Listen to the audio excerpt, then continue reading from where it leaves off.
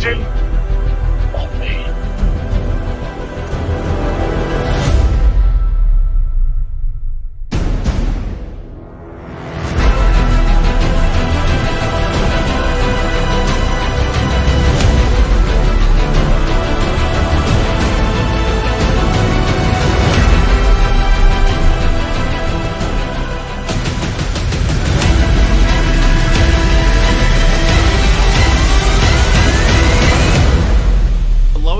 Lois Lane.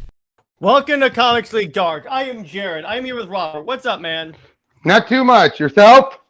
Not too much either. So before we relaunch Athena, we just want to say there's a lot of stuff that we're going to talk about, including some stuff that has been rumored over and over and over again for years, and it's finally official. So let's start with Kathleen Kennedy being out. So, oh boy! Oh, you mean for real, Rios? For real. This is for real. This is confirmed by her herself. Yeah, like okay. So you could say, what does that mean? We say all those grifters were right? Nah. No. But yeah, she has finally stepped down. And you want to know something? You know what I think is one of the things that helped out with this? I actually think Gunn and Saffron showing you could actually split the roles up is what helped. Oh, yeah, because that's what it is. Because Filoni's not a businessman at all. Filoni is going to be the head creative, which we have yet to see if that's going to be necessarily a good thing. There are some people that are thinking that, like, oh, great, all of a sudden, all of his pet project characters are going to be, like, the main characters of Star Wars. I doubt it. Compare them to the sequel trilogy characters, that's an upgrade. That's true. That's true because, hey, remember, Ahsoka was a character everyone hated until they actually realized she was a good character. Mm-hmm. Yeah, exactly. So it's like, and in terms of like Dave Filoni, someone that worked very closely with George Lucas himself. Yeah, he was a protege. Yeah, exactly. So I'm like, this is more of it because I want to see what he does now that Kathleen's gone, because like, does he reverse some things from the sequel trilogy? Does he do what does he do now that essentially the reins are off and he can like do what he wants? Yeah, exactly. Yeah. And him being in the, because even when he did Clone Wars, George was still the top dog. Yeah, now he is the top dog, 100%. Exactly. Right? I'm looking forward to things. I'm looking forward to everything. Did you know that George actually wanted Ahsoka to die in Order 66? Yeah, why am I not surprised? Yeah, I'm like that. Well, here's the thing, though. It would make sense because here's the problem with Ahsoka. No one ever mentions that Anakin has an apprentice. To be fair, there wasn't anyone around too, and why would someone like Obi-Wan ask? And why would Luke ask Obi-Wan? No, but here's the thing. Even in Episode 3, no, it makes it's even stupider that they won't make him a master, because like, not only was he a Clone Wars general, he also like had an apprentice that was like this great that grew up to be a good Jedi. What do you? My explanation for that was always they knew Palpatine was quote unquote, and I say this in the traditional sense, grooming him. It's just, yeah, I know you do have to actually say that, yeah. In the traditional sense, groomed by Palpatine, and they couldn't afford it. Yeah, exactly. Until they had no choice.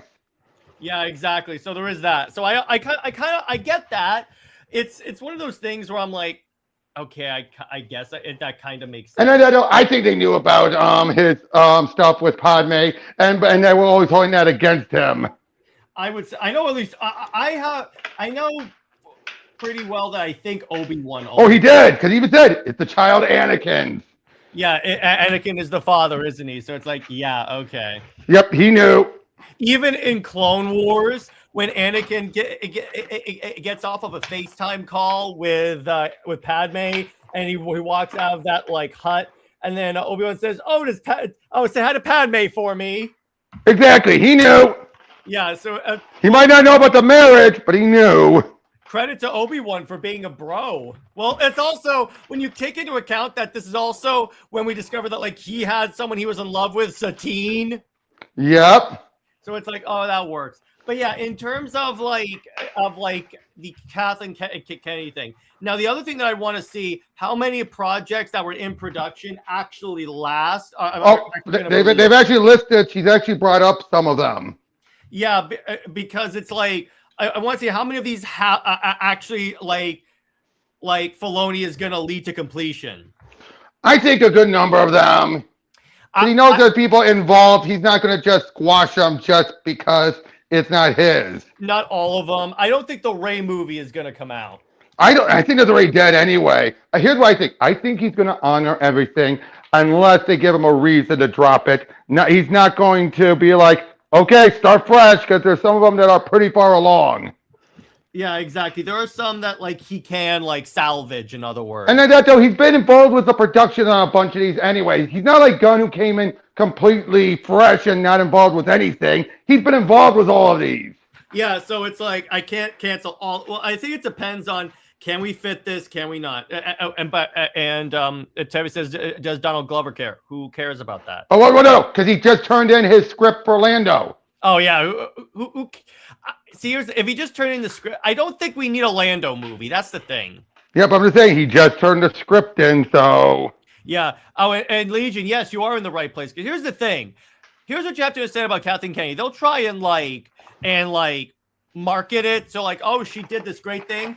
She is partially, if not majorly, responsible for Star Wars being in the state that it is in. Exactly. She wanted to turn it into her own pet project. She practically backstabbed George. Yeah. He trusted her. Now, I would say this. Is she a good producer in her own right? Yes. It has been proven time and again. If you needed something and she was your producer, she'd get it for you. She would move heaven and earth to get it for you if she could. And if she couldn't, you weren't going to get it. Yeah, exactly. But it's like in terms of Star, because here's the thing about Star Wars, she also tried to turn it into a girl brand. And here's the thing, which is ironic. And why did Disney buy it for a boy brand? Well, not only that, you always had female Star Wars fans. You always did. So, but not their definition. Yeah, and like look how that ended up. You got the Acolyte. A power of three. No, the power of one. The power of one. There's the power of many. Every time I see that, I laugh out loud. My God. But it's like, then you get the sequel trilogy where here's the other thing. Here's the other thing is, I think she was more incompetent than she was malicious. Because let's be honest, it's more of a case of where she just lets things happen. I'm sorry. Because if it was some big scheme, it would have been there from The Force Awakens. It wasn't. It's a case where she just let Rian Johnson go off. Yeah, and it's like the fact that she didn't push at least for like a scene with Han, Luke, and Leia in the same room. And you had, Mark Hamill talked about this, and he said they all wanted it. And Mark Hamill said that Rian Johnson had said, it's not Luke's story anymore. I know. Again, and here's the other thing.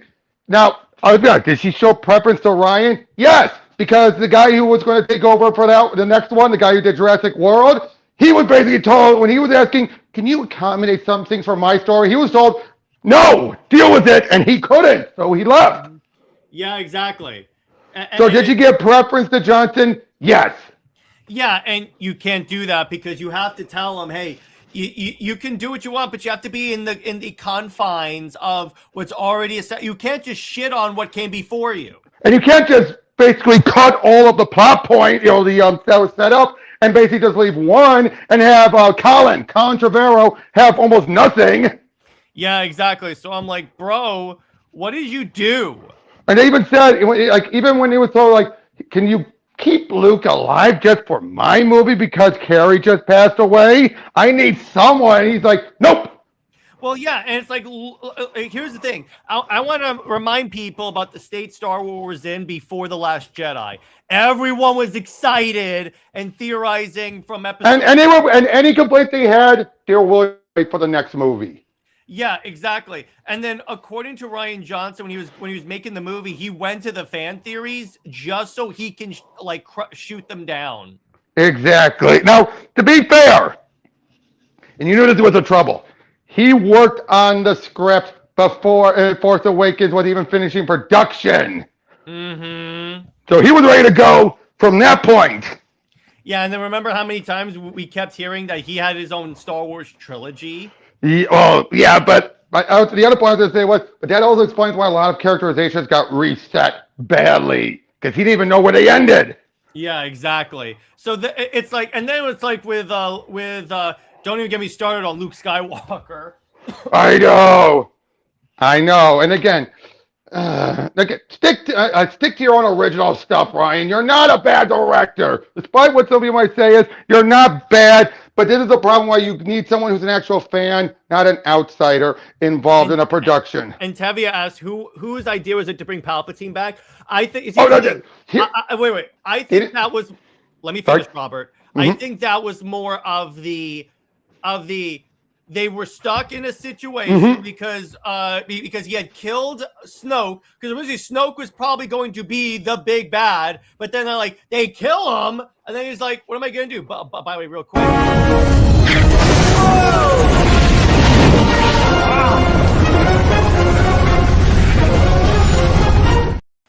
She's gone!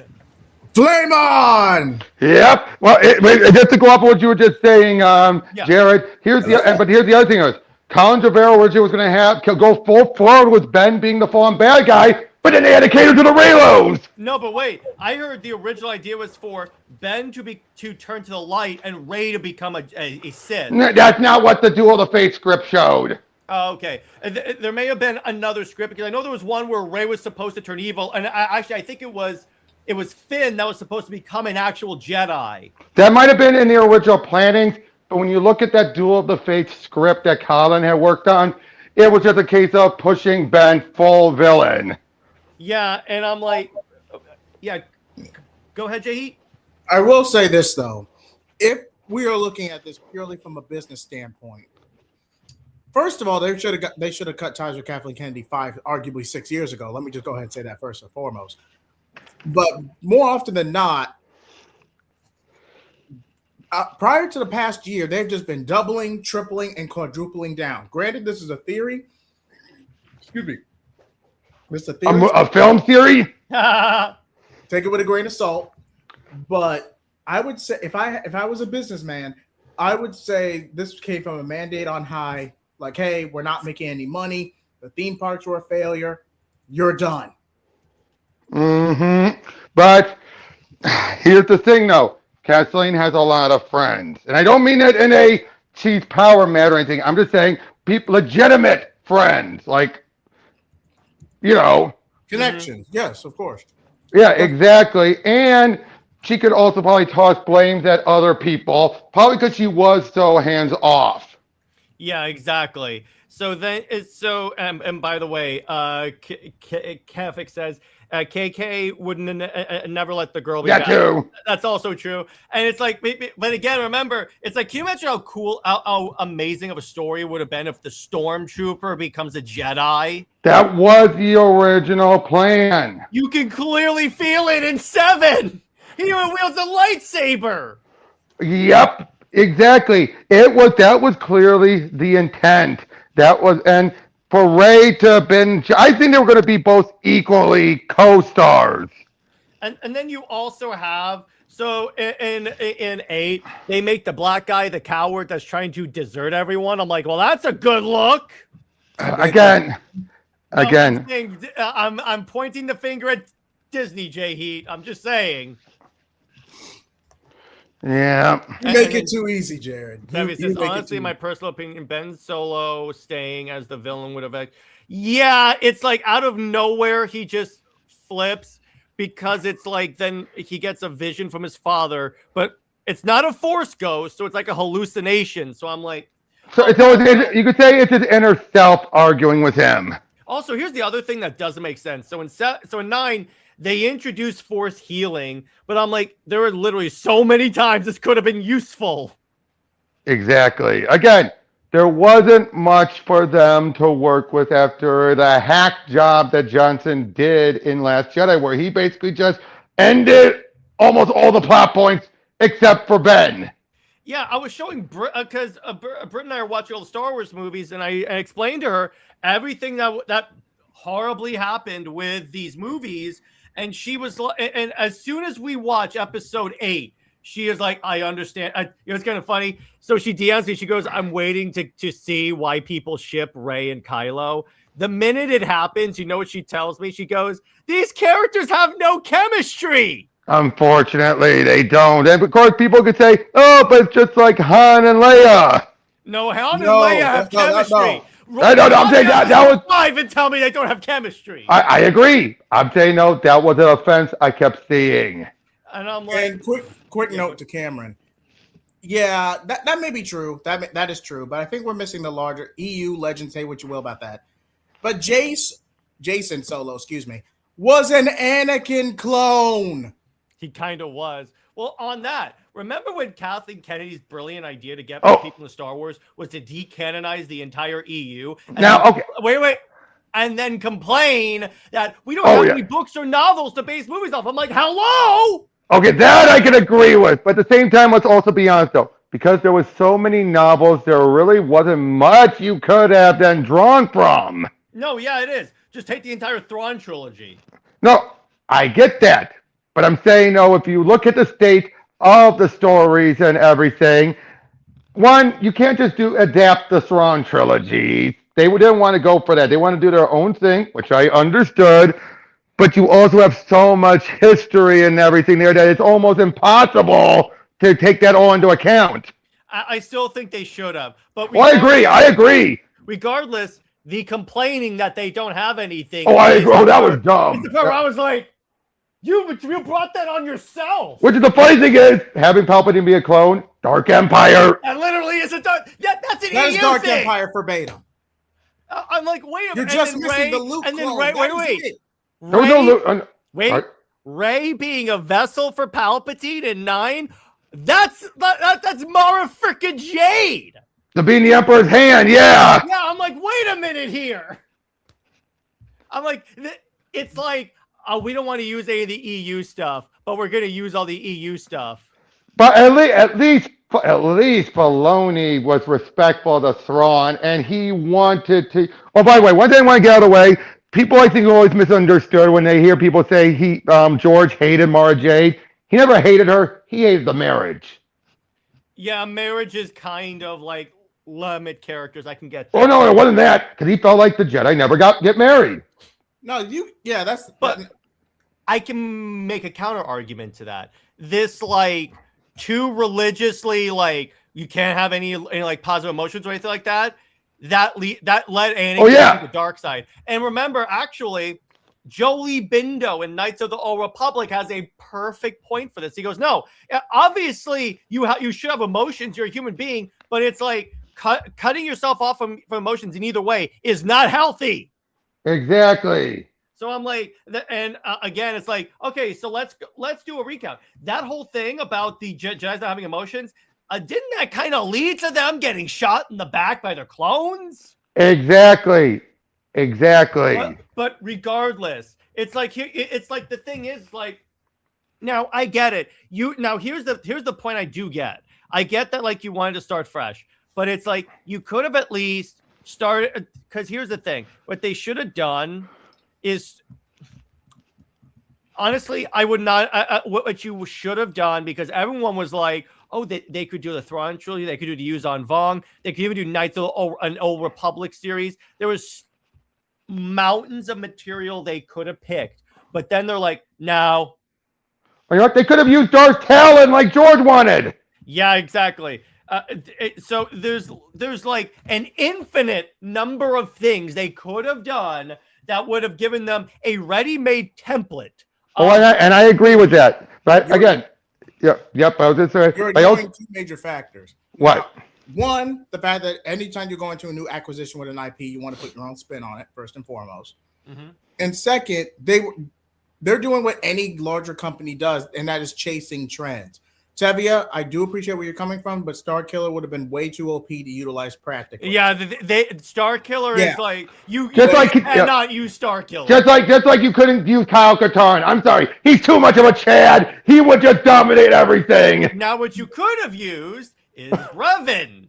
Right, but wait, Jared, You get what I'm saying about Kyle Katarn from the Dark Forces game? Yeah, Yeah. of course. That guy is too much of an Uber chat. He would put Star Killer to shame. Yeah, you can't do Force Unleashed because when you do Force Unleashed, that makes it where no one should be able to challenge this guy. The dude rips a Star Destroyer to the ground. Now, can we all agree to this?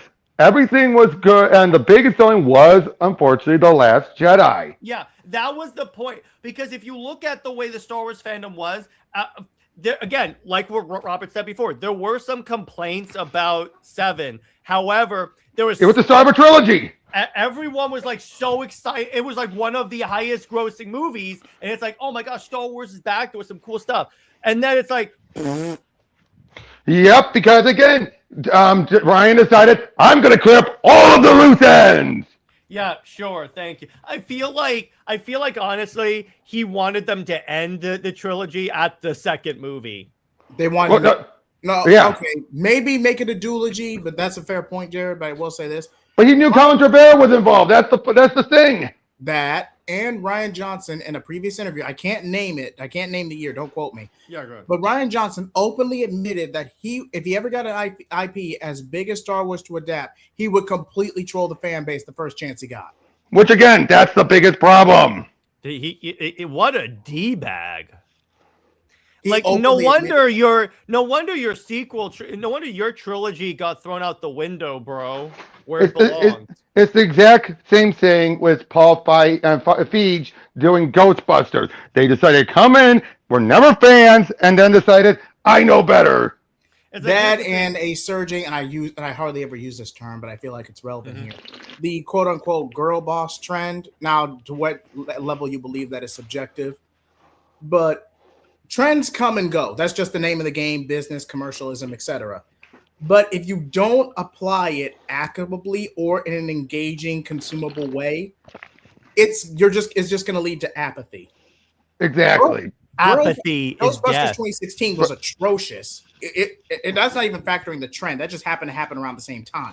Now, the only thing that good ever came out was the comic that had him cross over with the real Ghostbusters, which I gotta say, my favorite part of that, they actually reveal them blowing up the ghost. Worst idea they could ever done. Horrible idea. They got lucky that everything got sucked up at the end because it turns out those ghosts would have remerged into a bigger ghost. Yeah. So it's like, and the thing is, if Ryan Johnson is like talking about he was intentionally trying to troll the fans, here's the thing. I don't want to hear him particularly complaining about toxic fans. I do not, because at that point, that's like you're asking for it. That's like posting something extremely controversial on the internet and then complaining that people come after you. That's like trying to say Lois is the worst love interest for Superman. Worth it. That's like Tom King. That's like Tom King saying anything about Wonder Woman. Okay, I think we're taking this hate train a little too far. I'm just joking, obviously. I'm joking too. The point is, yeah, you don't get to complain about toxic fans if you are intentionally, because when you say you're intentionally trolling the fans, that tells me you are intentionally like taking a dumping on them. You are essentially taking a cattle prod and prodding a lion. Not the analogy I would have used, but similar concept. What do you think is gonna happen? But okay, I think we've had this topic a bit long enough. Yeah, just a bit. But back to the main topic. So let's move on. So now, may I pick the next one? Real quick, the thing I really want to do real quick is launch Athena. So go right ahead. We are going to be relaunching Athena, the goddess of thunder, and yeah, it's going to be relaunching today. It's going to go for a month, and the target is $1,000. I feel like that's a more realistic goal than what I had last time. So we're going to do that. 3, 2, 1. Hey! Hang on. And it's active. All right. So hey! I will be putting the link and tweeting out everything there so everyone can back it. Put it in here. Okay, okay. Debbie, try to bring up another way of getting people, ticked off. Anything Tom Brevoort says. No, or Nick Lowe. Yeah. Oh, face front, true Paul Evers. What do you think is gonna happen, bro? But here's now. Anyway, can I go to? We move to the next topic. Yes, you may. Go ahead. I want to talk about Arkham Shadows 2 just get their developer getting shut down by Meta. I want to make this clear. It's by Meta, not WB. All right, so let's be clear about this. Yeah, that's a good point. This is not WB coming in and shutting down the game studio. What this is the company behind the VR company. Because remember, the company that made Arkham Shadows is not a WB Games company. No, camouflage. Yeah, essentially it was like they licensed it. They licensed it out, basically. And I like to point out, Camouflage, I just love how they got their start with a game called Republic, which was a crowdfunded game, an indie game where they got some top-tier voice acting talent. Jennifer Hale, Kira Payton, David Hayter, so many of them involved to tell this really interesting story that's still available. And then they eventually went on to do Arkham Shadow, and now they're getting shut down by Meta. Yeah, and it's like... And I bet you WB's pissed. You want to bet WB? WB is like, what the hell? First Paramount trying to buy us out, now this.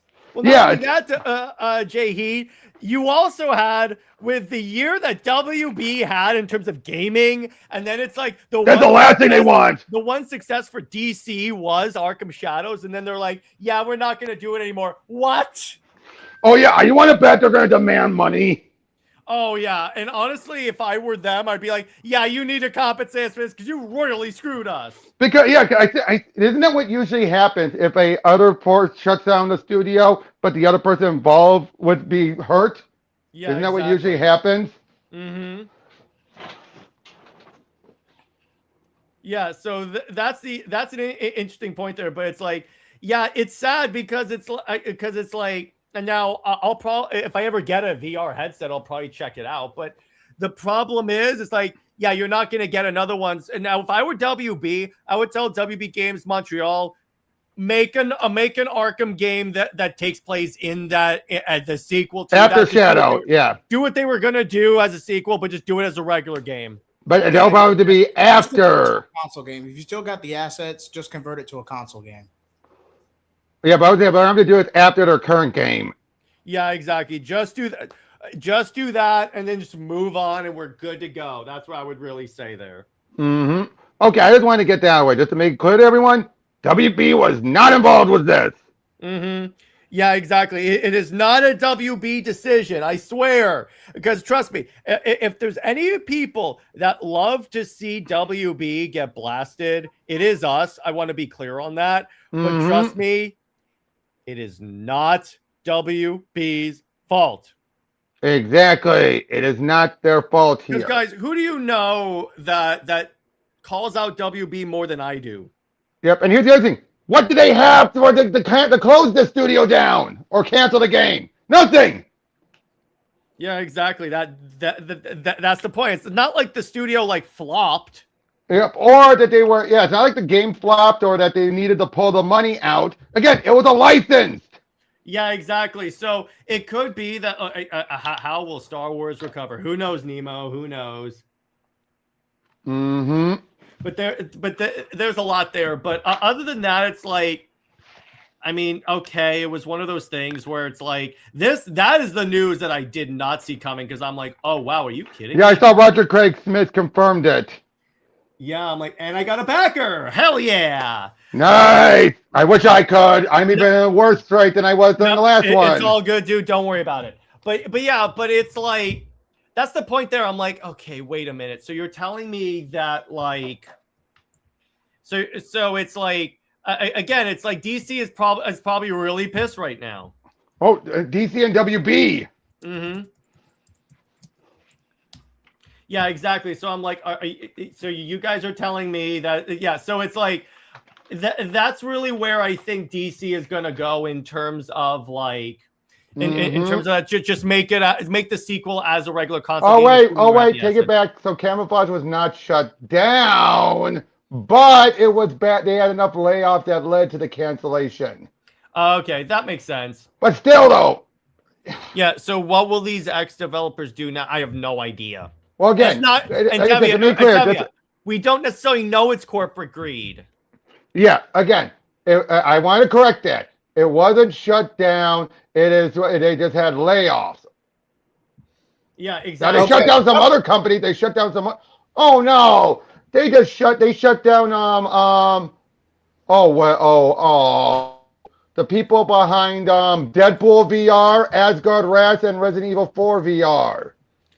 I wonder. Well, Resident Evil VR was going to be a remake anyway, but still, tragedy all the same. Yeah, Deadpool VR I heard was fun.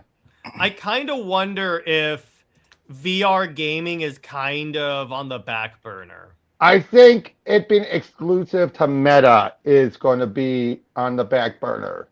Yeah, Meta's trying to establish a monopoly. That's really all this boils down to. Yeah, I mean, the only other thing I think at least them trying to say only for us, not for anything else, has been what the problem has been. Yeah, exactly. Yeah, exactly. But yeah, it's one of those, like, I don't know, we'll see what happens. But you guys want to move on to another topic? Sure, Go ahead. All right, so let's discuss this. All right, so what we got here is that so the Mr. Miracle series, Tom King has been talking about that, and he brought up that it's going to have major implications for the DCU and that they've casted Darkseid. So I'm like, I know that Gunn said Darkseid's not going to be the villain. Not in chapter 1 anyway. The thing that I'm wondering is, since he changes his mind so much, you think that, like, since it's like they have Darkseid cast and everything like that, it's going to play a major role. Do you think they went back on that? No, I don't think he's going to be right. If the higher ups forced him to, then yeah. But any other scenario is kind of like a tease, and then they'll probably, assuming the DCU is successful. I do believe it when he says he's not the main villain for the chapter 1. I do believe that. I would say so. Yeah, that's believable. But later on, yeah. Later on, I think this is a case where they're just going to set up the new gods here, and I bet you they probably realize setting it up in animation is the best thing to do. I would say so. That would be like the best. I think we can also all agree that and who knows, it could also be a case of they weren't planning on it, but then the production was going so well, they probably realized, you know what, I want to add that in. Mm-hmm. But I do think it's so obvious though. Scott is not going to be dead and stuck in purgatory. No, they cannot do that. They're definitely not doing that. And to answer your comment, Cameron, although Superman did make a small profit at the box office, it was nowhere near the higher ups would have wanted. It was a safe bet to justify continuing the project. Oh yeah, it was enough for them to say it was a success. So. Well, yeah, it's enough for them to justify continuing. I don't think it was enough to say, "Oh yeah, this was a big success." Oh no, I agree with that. No, it was never going to make $1 million. It was never going to do Avatar numbers. Let's say they felt comfortable though, is what it was. They felt comfortable. Yeah, it was a win, but it wasn't going to sell gangbusters. Yeah, exactly. I would say, let me put it this way: whether or not it was successful or not, this is what I keep telling people. Robert brings up a good point. It was enough for WB to be satisfied. Exactly. Yeah, so it's like, if it wasn't that, then we would have problems. Yeah, exactly. But I think the final production number on Superman was $750 million, right at $800 million, give or take. Mm-hmm. Thereabouts. Yeah. Because they did drop it a whole month early before Fantastic Four First Steps, which was a grave miscalculation. Fantastic Four flopped. Yep. Mm-hmm. Yeah, it definitely did. It definitely did. So it's like, Tevia says, I'm surprised Mr. Miracle animated series is canon because the comic is... It does... Well, here's the thing. They're going to clear... like Robert just said, they're most likely going to clear up that ambiguity. And it's like, no, we're not just going to do the whole, like... Or if they do, he then chooses to come back.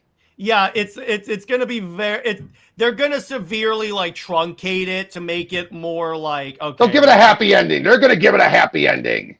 Yeah, because they want to be able to use Mr. Miracle and Barda in future projects. It's almost like, oh, let's have all the Charlton characters go to a big adventure, and then end with almost all of them dead before we even bring them to the DC universe. Wait, what are you doing, Alan Moore? Yeah, yeah, exactly. That's exactly what happened. Yeah, exactly. So it's like going with that. It's like. Now, again, this is another occasion where I'm like, can they? Wait, as long as I see Scott and Barda fighting together side by side, I'm here for it. And I will say the war parts of that book are the best parts of that book. Uh-huh. Which is mostly going to be, Now, hold on. Is this going to be a My Adventures of Superman situation where it's essentially 20 episodes split into 2 seasons, or is it just going to be one overarching season throughout? I think it's going to be one overarching season. Yep. At least according to, because it's like, why would you split up into 2 things when it's one graphic novel? Now, granted, you could do that for 1 season, but at least they haven't said anything about it being multi-seasons like that. Mm-hmm. Speaking of syndication and season structuring, My Adventures of Superman season 3. I know this is kind of like a no. Go ahead. Yeah, My Adventures of Superman season 3.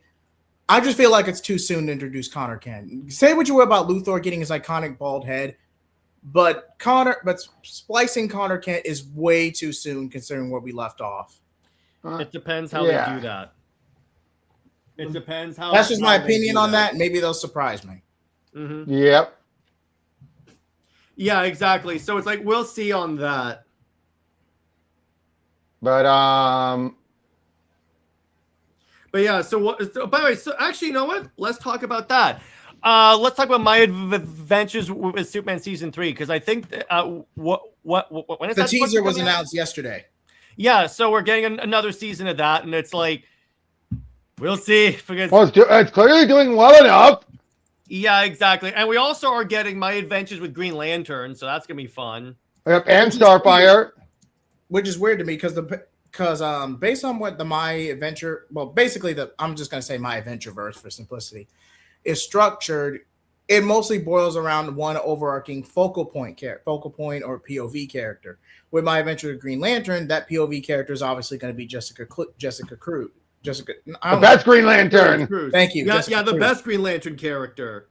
Whereas in My Adventures with Superman, the POV character is obviously Lois Lane, but they kind of sprinkled Jimmy in for comedic effect. But we all know the POV character is Lois at the end of the day. Right. Which is called My Adventures with Superman. Yeah, like I said. So yeah, unless Clark Kent is a split personality. That would be hilarious. I'm just saying. It just the reason I say that, at least again, I may be too old for the show. It may not just be for me, but I'm gonna say what I feel. What makes My Adventures with Superman bad is that the melodrama, like, it's just not only blatant ripoff of anime tropes, but the fact that this version of Lois and Clark is a very immature relationship, and half of this just feels like a K-pop drama. Like, I could actually spend some time with my niece and watch K-pop Demon Hunters again and still have a better time than watching My Adventures of Superman. Fair enough. If I'm just going to watch 2 hours of melodramatic garbage, I might as well just have it in an overarching movie with a few musical numbers and be done with it. Tevia says, why didn't My Adventure with Superman take this long to get into production? That's the way animation works, bro. Like, these days, people say animation takes time. Yeah, and it's also because, again, previous to this, it's like we're also living in, it's like they probably didn't also know what was going to happen with their show, if it was going to get another season, or it's like, so obviously it was. Plus, they probably are taking each season at a time for this. Yeah, they're taking their times with each season. Plus, they probably have to also start working on My Adventure with Green Lantern, which is in the same continuity as that. Yeah, and like I said, and the Starfire one. Yeah, so My Adventure with Starfire is not necessarily in the same continuity as that's true. I'm just called Starfire. I thought it was just called Starfire. Yeah, just called. What I'm talking about is I'm talking about all the My Adventure stuff. Okay. Right. Yeah, and and I think Super Pals. There was a Super Pals show that's going to be standalone, like Bat Wheels or something. Obviously, it's going to be right. Well, there's a Super Pals podcast on this channel. Yep. I'm just saying. We're talking about. I walked into that. I'll let you have it. Yes, you did. Please do. It's almost like we took it in a new direction. Just saying. But yeah, so let's talk about something else. So we got some more next level books, and the fact that Jamal Campbell's writing another Zatanna book surprises me not in the least. Yep, it was either going to be him or Mariko or both. But honestly, it's like there were times when Zatanna was like in the top 5. Yes, give it to the creator. For both of them, but that's the same for both of those teams. Both Mariko and Jamal both had Zatanna in the top 10. Wait, I just got home from work. What are the new titles? Okay. Zatanna by Jamal Campbell, and then there's a Firestorm by Jeff Lemire. Firestorm by Jeff Lemire. Lemire. That could go either really good or really bad. There is no in between. Probably going to be good. Hopefully good, but I've been... Wait. When has he done a dud? Now, I'm not going to say Jeff Lemire's JSA is a dud. It's just a downgrade compared to Jeff Johns. Well, that kind of goes without saying. Yeah, it's like, well, when has anything he's done in his own thing, regardless of what came before? Like I said, he's good. Definitely better than Cy Superior. I mean, I couldn't even keep up with his last run. Well, that's not hard. Agreed. But like I said, he's a decent young talent, new generation writer. I would just have to wait and see. I'm not saying Jeff Lemire is bad. I'm just saying he's a little untested. That's all. I feel fair enough. And my big point is, I want to see how well these other books do, because again, it's like, hey, if you're going to like expand the DC line with all of these other books, all these other characters that maybe necessarily can't in the past, if you're that confident that you think that these characters can like support their own books in this comic market, great, do it. If you think it's going to work, my concern is it's not going to move the needle that well. Let me put it this way. Here's what's going to happen. When you ascend, you're going to get these like books are going to do well at first because of the number ones and such, because that's number one. That's how it goes. Do well. That's always going to do well.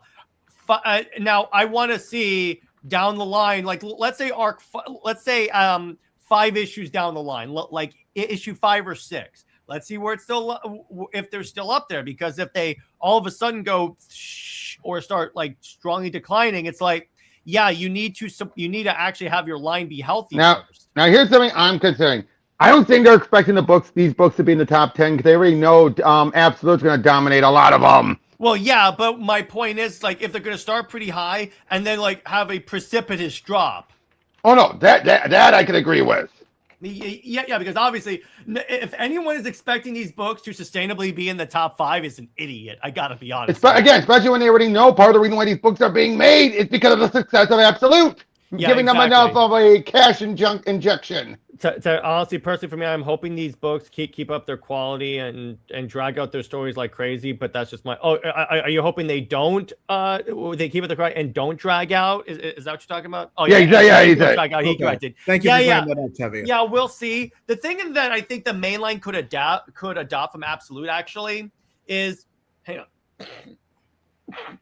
One of the things, thank you. One of the things that I saw this tweet thread, that one of the things that the DC line should adopt from Absolute, a principle, because if you notice, a lot of the mainline DC universe is event to an event to an event to an event, whereas Absolute is just small self-contained stories, yes, that are part of a larger narrative, but are relatively separate. So it's like you could read like, I'd say, Absolute Wonder Woman and not be overwhelmed by everything.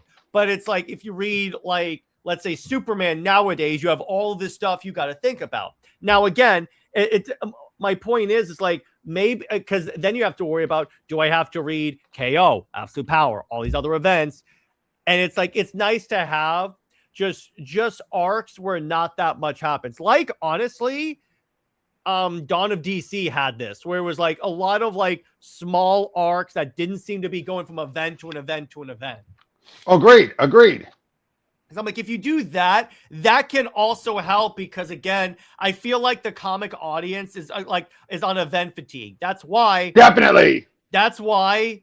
after KO, at least I would advise, do not do another event for at least a year. I think that, and that isn't that what they already said? I hope that's what they said, because if it's not, then that's a problem. DC going a whole year without an event comic.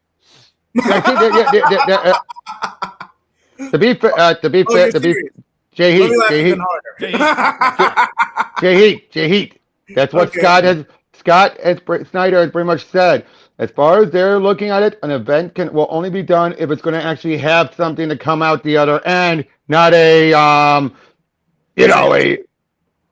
Not just that. No, but Robert, that doesn't tell me if there's not going to be an event afterwards. Mm-hmm. That Right. doesn't tell me that. I'm like, I'm just like, no. I think that what they really ought to do is not have an event, period. No matter, because you can make any event have an effect afterwards and stuff. Mm-hmm. Do not have an event. Just have these books breathe. Yep.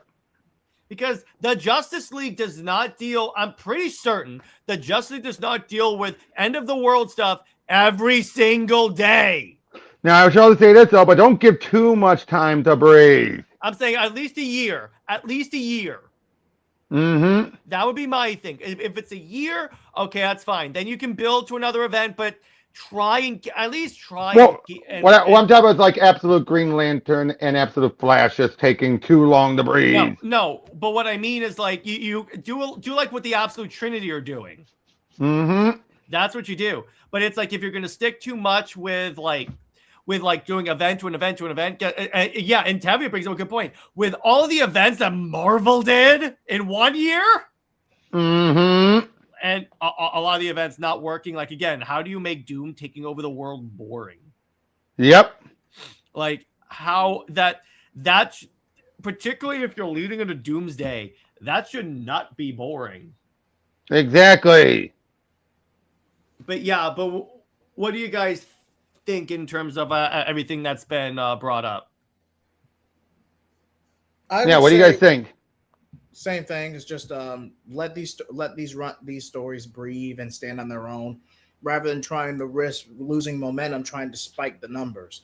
But it's a business at the end of the day. They're going to do that at least to a degree. But if I was, like you said, if I was purely being optimistic and wanting, I would at least wait a couple of months. A year might be pushing it, but at the very least 3 to 6 months. That I feel like that's a better compromise rather than to go a whole year without an event, commercially speaking. Exactly. Now, the one thing also to point out, let's also be honest about this, is that DC has been having the better quality and doing better number-wise, big number-wise. Again, as we said before, the only reason why Marvel is still number one is by flooding the market. Yep, and the comic book media is 100% caught on. Yep, caught on. Yes, that's the thing. So it's like it's pretty. They obviously know it's obviously that because Lord knows the quality ain't there. Mm-hmm. Story wise, art wise, it's just not there. You would think Spider-Man would improve after Zeb Wells left, but it is not. Mm-hmm. It is not. No, now, I will say Kelly is still scripting-wise better overall. It's just the story ideas he's been told to write is still... He's been told to write, exactly. I'm like, how much of this is just like, is editorial. Him compared to like him being forced to write a certain way? I mean, remember, this guy is 1/3 of Man of Action. Yeah, exactly. So I'm like, yeah, I want to think that like it's like it's like also adding on to the fact that like DC that like Marvel is telling him you have to write this, you have to write with this story, and this is the occasion of like sometimes a crappy story is just that, and no writer can salvage it. Yeah, because as we already know from the Zeb Wells stuff, Nick Lowe was very much you do what I tell you to write. And I'll throw you a few bones here and there. Yeah, exactly. That's the other point. Very much so. But I wouldn't even say so much that the story itself is bad. It's just that again, you had so much goodwill when Nick Spencer left the book, and then when he ultimately gets tired of you screwing him over for potentially peanuts and pocket change, you completely sabotage the character. The next run going in out of visceral spite. Yep. Like Nick Lowe, especially Marvel editorial is petty. Oh, it's both Nick Lowe and Tom Brevoort. Let's be honest, it's Tom Brevoort operating through Nick Lowe. Essentially, Brevoort's the worst of the two. I will. Here's what it is. Are you ready? Nick Brevoort is the Palpatine who's manipulating everything behind the scenes. Yep. That's fair. What he is. That's fair. Yeah, because I'm sorry, the two talk too much alike. And Lowe is the separatists who are just doing the wills of their master. Yep. That to use Star Wars terms, somehow Brevoort returned. I had to.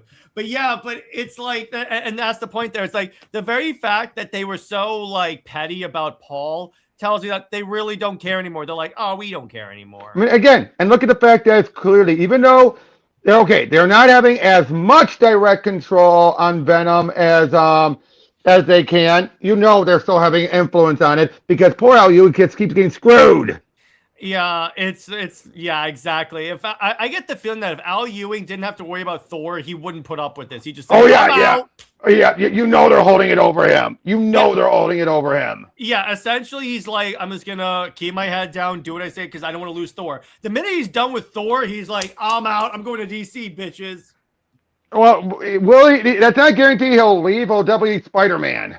Oh yeah, he's like, I'm out. Find another guy. Or Venom, or he'll leave Venom.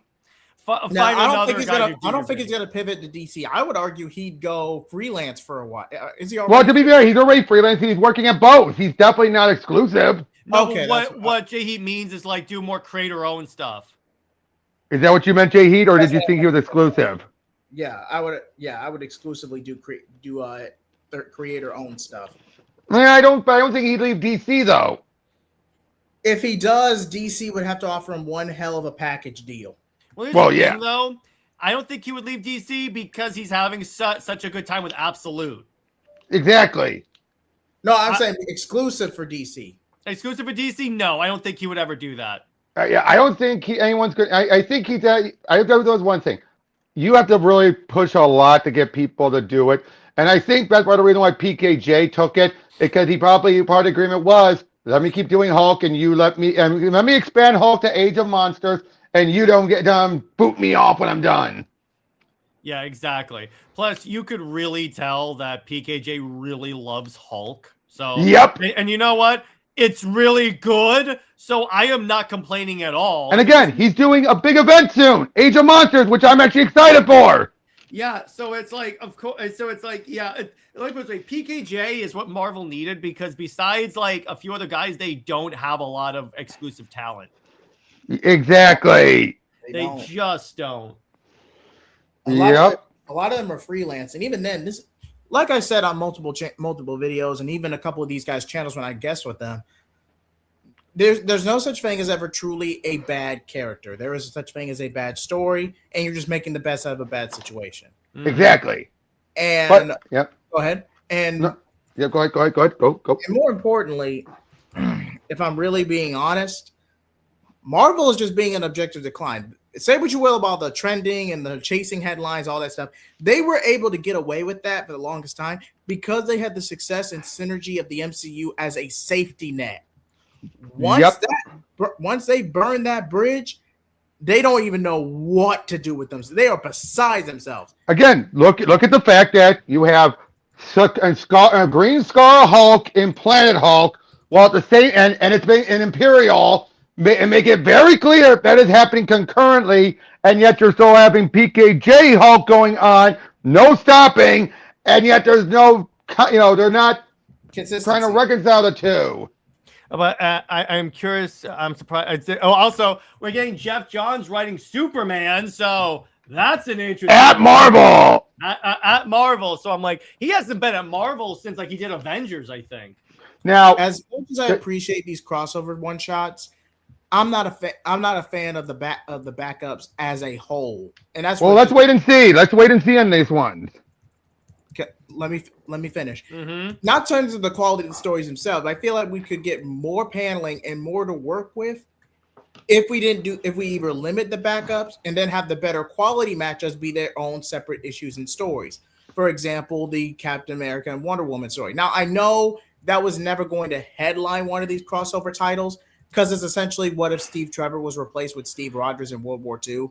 I mean, outside of Steve actually surviving that World War, nothing in that larger aspect of Diana's origin would change that much. So it wouldn't be a headliner, but it would get more than 6 pages.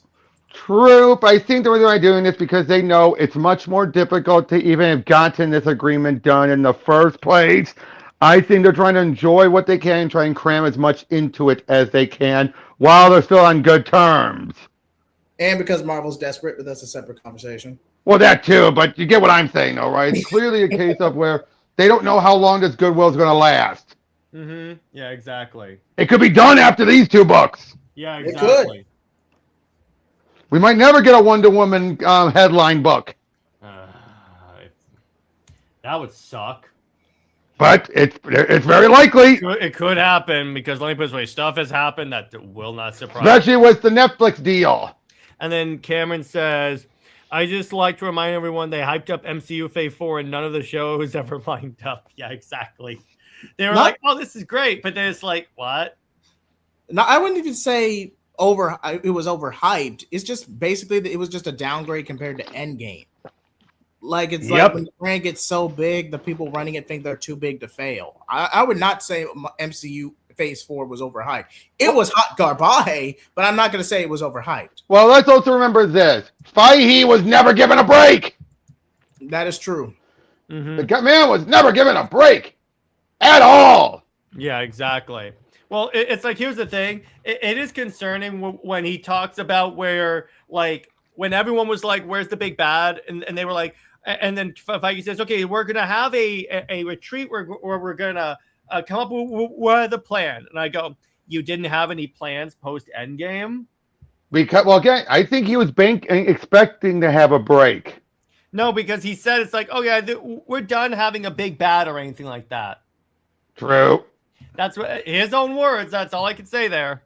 And then he was probably going to ride off a few build-up movies and then kind of cushion to like a 2, maybe right at 3-year break, kind of to just decompress, reflect on his success, and map everything out. He was not. COVID notwithstanding, Kevin Feige did not get a break. By the way, there is one other book that got announced. Which is? Bizarro You're None, written by Kevin Smith. Oh, yeah, it's another Bizarro book. Yep, and Kevin Smith's writing it. I'm intrigued. That's interesting. So it's essentially like the first year of Bizarro. That's interesting. Technically, it's the 0 year. Oh, yeah. So that actually sounds really fun.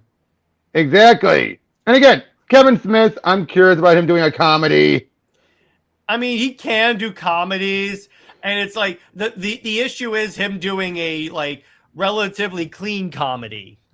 Which he has. He has, but I'm like, I haven't really like checked those out yet. And again, it's like I want to see what happens because I remember it's like well, like this way, if there's ever a character that I think could do a pretty decent like Bizarro comedy book, it is Kevin Smith. Yep, and by the same time, we also know he can do it seriously. Because look at Green Arrow and Daredevil. Yep, even though that one had jokes as well. Oh yeah, well they both had jokes, but they were jokes that fit, and it wasn't enough to make them both comedies. They were still very serious. Yeah, so that makes sense. But yeah, so what other? So let's go to a Q&A, and then we will wrap up the day. So be sure to back Athena, the Goddess of Thunder. It's live now, and the link is in the chat. So be sure to back that. But anyway, so yeah, Q&A. You can ask us anything you guys want about anything we talked about. Yep. By the way, I just got a belated birthday gift in the mail from a friend of mine. It was the Hickman Shield omnibus. Oh yeah. Which is only 13 issues. Is that really an omnibus? Shouldn't that just be a deluxe edition? Many bus, I think. Yeah, but it says omnibus. Yeah, exactly. Oh, and it costs $75. He goes, I see why they're introducing Superboy now. I'm a Gen Alpha. I hope I'm using that right. Whether you want to go by Young Justice or even 80s run Connor's a capitalized character. That's the other thing. That's actually a good point because Connor is a big character. So particularly now because of Young Justice. So it's like it would make sense that they would go with that. They would at least try and promote that character. Yep.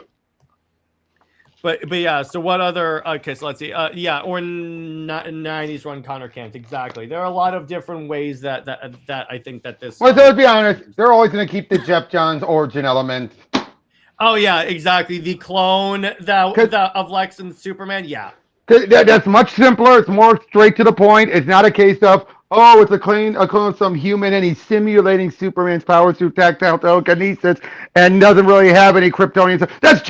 Again, it's like Matrix Supergirl. Way too convoluted. Yeah, it's like, oh, she's an alien, but why does she have a Kryptonian thing? It's like, oh, don't ask. Well, remember, There wasn't that wasn't a Kryptonian symbol originally. That was just the S. Oh, yeah, and Chuchu's probably just like approximating that, but it's like, yeah, it's like when you try and like overthink things, it like really like falls apart. Exactly. And I'm like, what are you doing? But yeah, but what other questions do you guys have? Any questions from the audience, and then we'll wrap up for the day. Well, I have a question for the chat. I'll just go ahead and say this. What do you guys feel about Kathleen Kennedy's departure going forward? Are we just going to get the more slop? Let him finish, Robert. Sorry. Do you think we're going to get more? Not even someone. Okay, I was going to say this for a separate stream, but I don't know if you guys have you guys seen the Luke Skywalker AI video that posted a few days ago? I heard about it. Wait, what? What? Yes, someone actually made an AI prompt of Luke Skywalker and turned it into like a 2-minute video. It compared to what we've been getting in the past decade, it is magnificent. I highly recommend it. I'm not gonna reference it or screenshot it here because I don't want to risk it getting copyright claim, knowing Disney.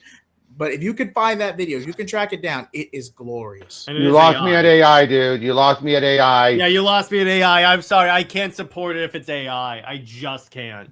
But compared to what we've been getting the past 5 years, doesn't matter. The fact that it's AI, I'm not interested. If it was CGI created with hard work, yes. Okay. All I know is that AI was used. I'm not saying it's I just know AI was used. But despite that, it's surprisingly good for what it is. Yeah. I can't. But can't. Sorry.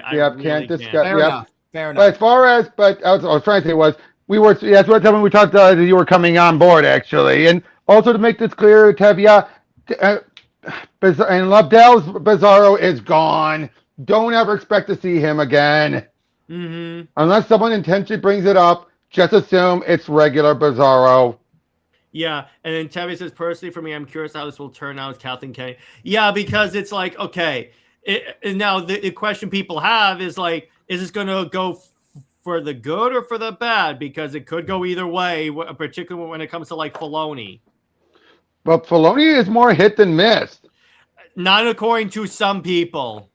Really? I'm just going to say, yeah. The only way I could say is bad is the Ahsoka series, because let's be honest, that's just the Thrawn trilogy just with Ahsoka. Book of Boba Fett. Book of Boba Fett was bad. He's still involved in a lot of those failures. Ahsoka was lackluster. Book of Boba Fett. No, I'm not gonna do the bit. I'm not gonna do the Power Rangers bit. It's been done today. The power of one, the power of not two, that the power one. of many. Not that one. That's a good one, but not that one. With what's the power bit that you're talking about? The one in Book of Boba Fett. Like a bantha. No, they're talking about the multicolored bikes and everything. Oh, you mean the teenagers with attitude? That's what he was talking about. The teenagers with attitude? Yeah, someone needs to make an edit of that with the Power Rangers team. They did. There is one. I've seen one.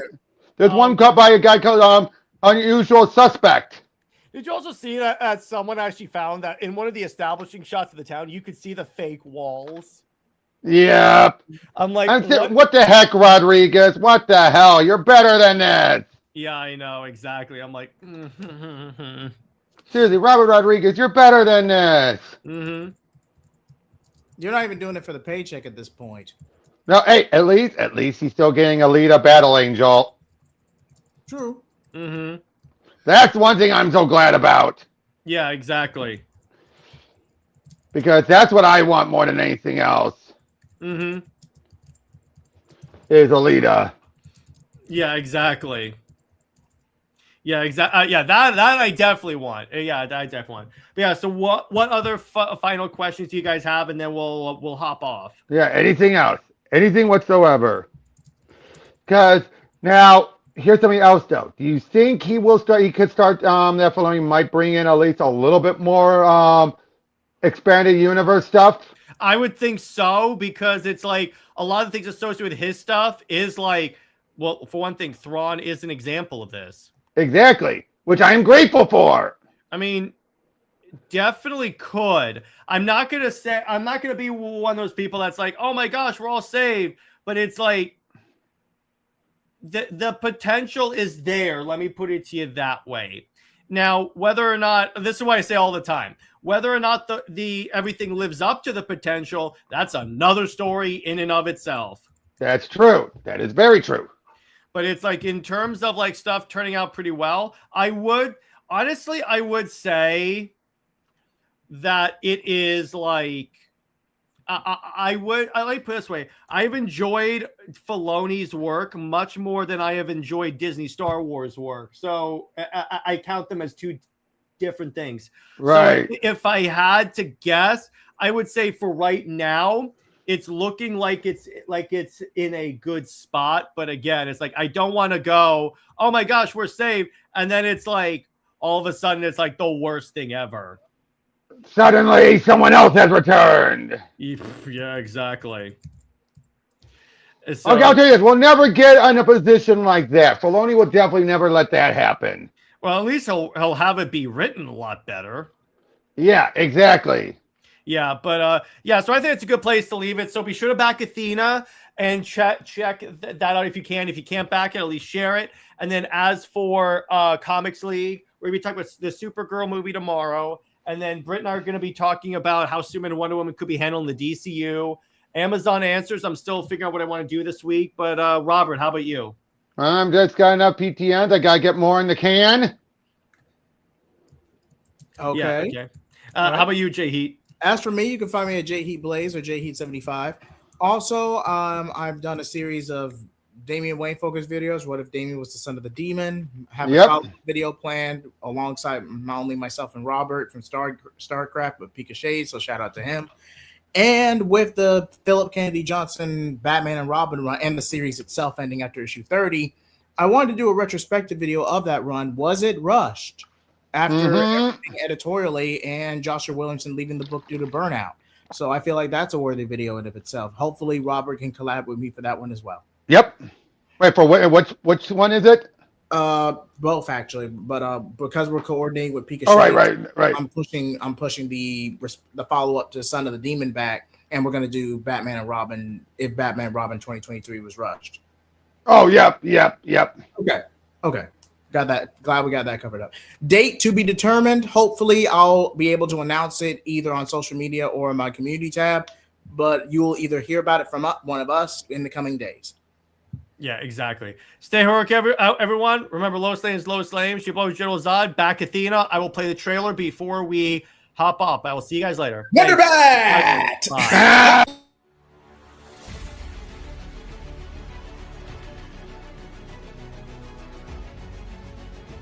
My home has been invaded, my people slaughtered, and I could not do anything to stop it. Not again. I will not lose another home, another family. I am Princess Lyra of the planet Centragar, Athena, the goddess of thunder, and this is my story.